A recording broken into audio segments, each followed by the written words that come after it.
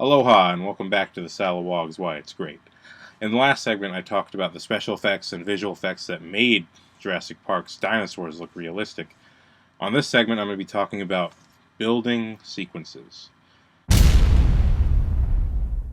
A director's job is complicated and can change from film to film. In the ideal case of making a movie, the director picks the cast, decides on the look of the movie, meaning how do they want cinematography style to be, and basically has to build sequences and choose shot sizes in the scene that will create the drama that you feel. You know, when you're watching a comedy, a director often holds back in a wide shot and lets the actors play things out, and you see them react in a more animated way. So that's the obvious direction that you can understand. Like any Jim Carrey movie, how many mediums and wide shots are we in? And if you don't know what I'm talking about, a wide shot means what it sounds like, where the camera's a bit further away, you see the entire body of the actor. A medium shot is basically the actor's waist up, and a close-up is basically the head. And then there's extreme wides, extreme close-ups, and basically you can imagine what those additional words mean. So a director has to basically storyboard, come up with these shots, make a shot list, and design scenes visually from shot to shot that make you feel a certain way. So in this case, I want to talk about when the T-Rex breaks out of his camp. When the T-Rex breaks the fence down and makes that horrifying roar that keeps us up late at night and sometimes makes it difficult to breathe when you think about it. You are never even a man. Anyway, what happened when that T-Rex broke out was a series of shots and a series of events that were designed to build up your fear of the Rex. You know, initially when everyone's going on the tour, the T-Rex doesn't show up at the fence and show his face. So that just makes us want to see the T-Rex. We're teased. You know, that's part of the whole arc of telling a film visually. You have to tease the audience and make them want something. So first they say the T-Rex is the most powerful animal on Earth, but he's not actually at the fence for you to look at him.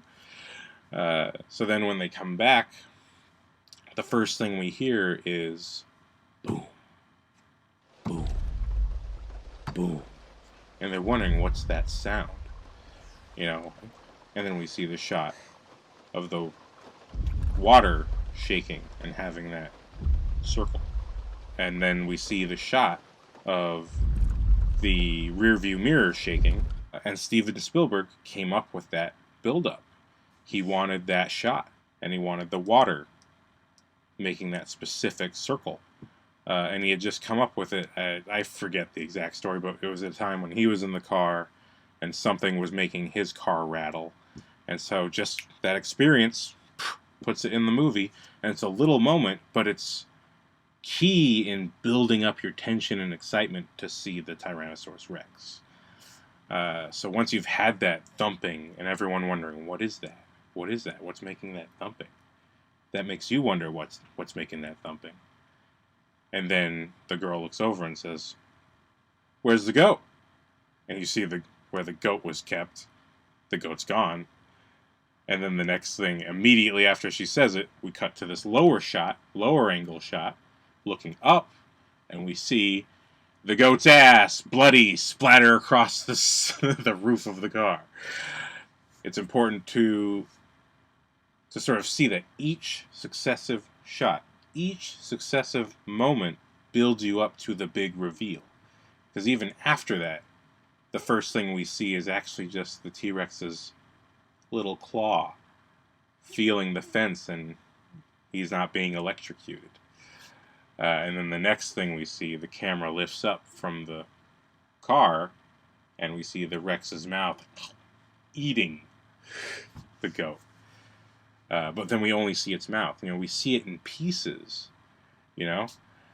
And then after that, that's when we start to see from inside the car in a medium shot, looking through the window, we see the characters looking and watching all the cords pop off of the fence. And then in the next shot, the fence actually goes down. And when everyone looks, then the Rex comes out. And he gives that amazing roar. It took all of that build up.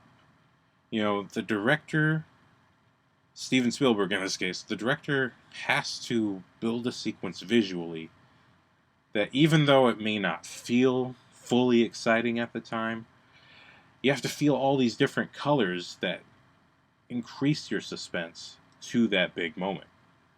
And it's not just in the script, you know. The writer can put that there was thumping, the writer can put there was thunder and lightning and rain and all of that.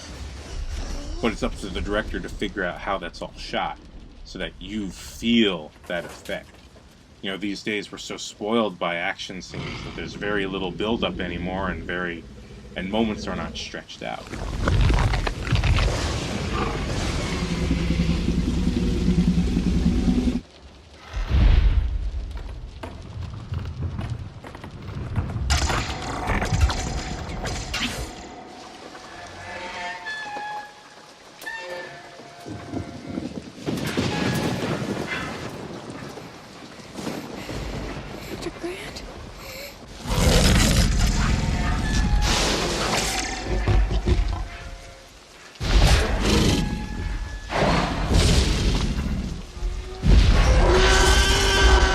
Even when the T-Rex breaks out, he doesn't just start eating people, which is how stories are told now.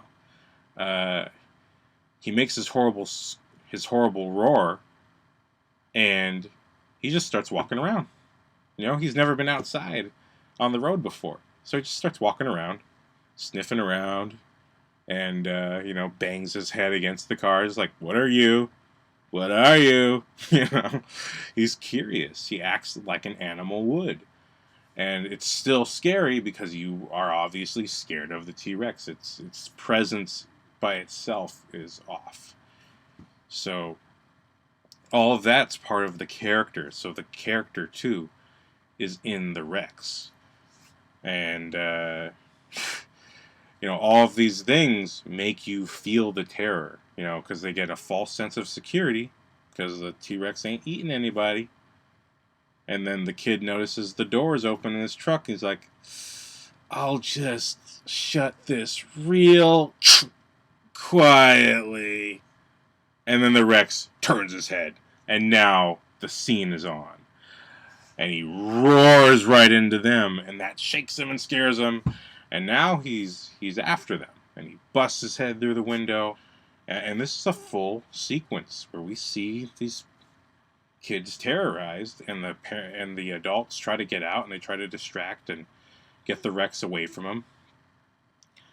And it just doesn't stop until it naturally feels like it should stop. And they really use the full elements of the creature that they built. They don't shortchange you at all. They give you a complete sequence to be terrified of this thing and to see its power without using an excessive amount of effects. We only get what's needed to feel the terror and feel like people could die, but only one person dies in that entire scene, and that's the lawyer character.